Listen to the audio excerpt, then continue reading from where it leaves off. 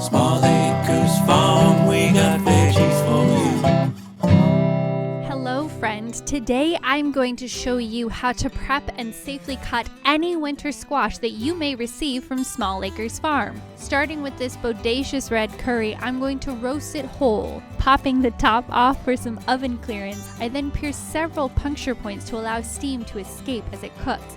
Place in a baking pan with about 2 inches of warm water before roasting. This golden egg is a spaghetti squash, and while its skin is not super tough, we will still utilize a firm cutting technique. Watching your grip and posture, roll your shoulder back, lock your wrist and forearm, one firm smack to sink into place, pull the squash closer to your body and apply even pressure until it sinks through.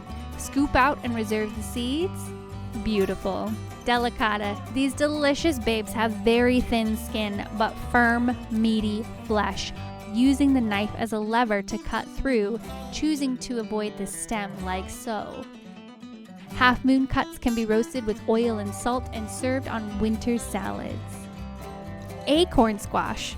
It's nutty in flavor and can be pureed or stuffed.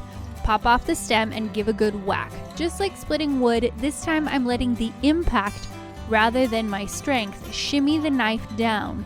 Remember your edges and do your best not to let your blade smash into the board. Pie pumpkin. Typically pureed for soups and sweet treats. We discard the stem. Pumpkins can be roasted whole by either cutting the top or piercing as before, though I think it's easiest to save the seeds if scooped out raw. Remember to use leverage and let the knife do the work. Butternut. Such a versatile, meaty squash. Their thin skins can be easily peeled. This squash keeps all of its seeds in their bulbs, so if you remove it, you are left with firm, seedless squash flesh that can be cubed and roasted. Flash fry thin ribbons with brown butter and sage, or toss matchsticks into an air fryer for a crunchy treat. Returning to our creamy red curry, we know it is done because it takes little effort to cut. Silky smooth. Removing the seeds, I am gently scraping the stringy parts, leaving as much of the flesh as possible. Generally speaking, all dark flesh squashes can be interchanged or mixed in recipes calling for a puree. If your squash makes more than you can utilize this week, freeze the puree in quart bags.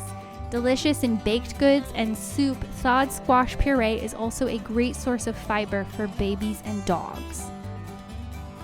When we eat our squash whole, we have to decide how done we want it based on our preferences. Test this by poking it and tasting it. These acorns look ready for some sausage and cheese.